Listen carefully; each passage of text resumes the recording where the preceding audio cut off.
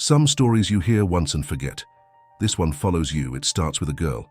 Quiet, strange, always drawing.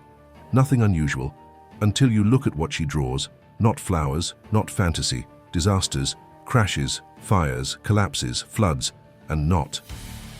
Just random ones, real ones, ones that hadn't happened yet. She didn't post them. She didn't talk about them. She just drew them. Over and over. Then days later, bam! It's on the news. Same scene, same chaos, and her sketch matches. It down to the detail. Coincidence, maybe once, maybe twice, but 10 times 20, that's not luck, that's something else. She lived in a small town. Nothing ever happened there. Until it did. Her sketchbook became a timeline of future tragedies.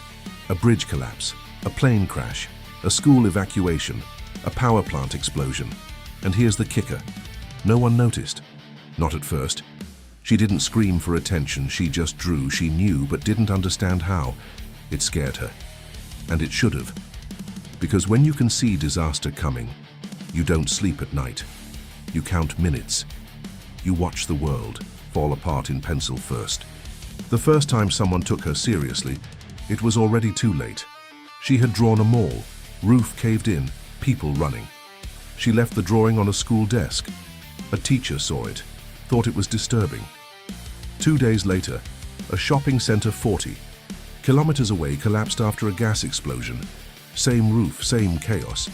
The drawing was identical, even the shadows. Suddenly, everyone paid attention, too much attention.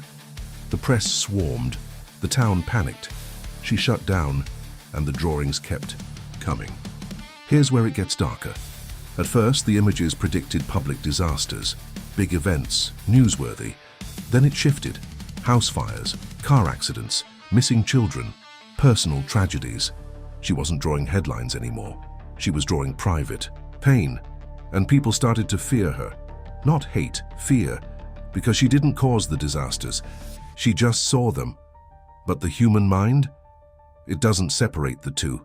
It blames what it can't explain, and fear always looks for a target. She stopped going to school, stayed home, shut the blinds, but the sketches never stopped. Dozens of notebooks, each page a map of suffering. Not for fame, not for fun, but because something inside her couldn't not draw. A compulsion. Like the future was leaking out through her hands. And here's the thing no one talks about. The drawings didn't just predict events, they sometimes changed them. There was a fire, a factory. She drew it 4 days before, but in her drawing, one specific wall was broken, blown open. The real factory didn't have that wall until someone saw the drawing, checked the building, found a gas leak where the yellow wall would have been. They fixed it. The fire still happened, but no one died, because the explosion didn't reach the workers. It wasn't a warning, it was a lifeline, and that moment, right there, changed everything. From that day on, some saw her as cursed, others saw her as a miracle. The authorities got involved, doctors, scientists, analysts. They tested her, watched her, questioned her. But they all missed one thing. She wasn't choosing what to draw. The images came to her, sometimes in dreams, sometimes like flashes, always intense, always specific, and always followed by silence, like the air itself held its breath. You can't live like that forever. She tried to stop, to block it out, locked away the pencils, burned the sketchbooks. It didn't help. The visions didn't stop. They just started bleeding into her mind without a way to release them. Migraines. Nosebleeds, blackouts. She had to draw, not for others, for herself to survive. Her art wasn't a gift. It was a burden. And when you carry the weight of 1,000 tragedies on your back, something eventually breaks. The final sketch changed everything. It showed a city, not one she knew, massive buildings, crowded streets, and one tower, top floor engulfed in flames, people falling, sirens, dark smoke twisting into the sky. She dated it, circled a number, 23. Nobody knew what it meant, but 3 weeks later, 23 days to the hour, a major office building in a capital city went up in flames. A short circuit. The fire spread fast, But the floor she drew, the one circled, was evacuated before the alarms even went off because someone online had seen her drawing, recognized the building, and sent an anonymous tip. That tip saved lives, and for the first time, the world didn't just react to her drawings, it listened. Since then, no one knows where she is.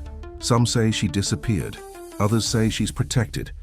There are rumors, always rumors, that a government agency offered her a deal, that she's being kept safe, or maybe used. One thing is certain. The drawings haven't stopped. They keep showing up, posted anonymously, mailed in, found in lockers, alleyways, message boards. And when they do, people look, because they've learned something. You don't ignore a sketch from her, you prepare. So here's the real question. What would you do if you had that ability? If you could see the worst before it happened, would you try to stop it? Would you warn the world? Or would you shut your eyes and pray it goes away? Because sometimes, knowing the future doesn't make you powerful. It makes you responsible. And responsibility, that's heavier than fear.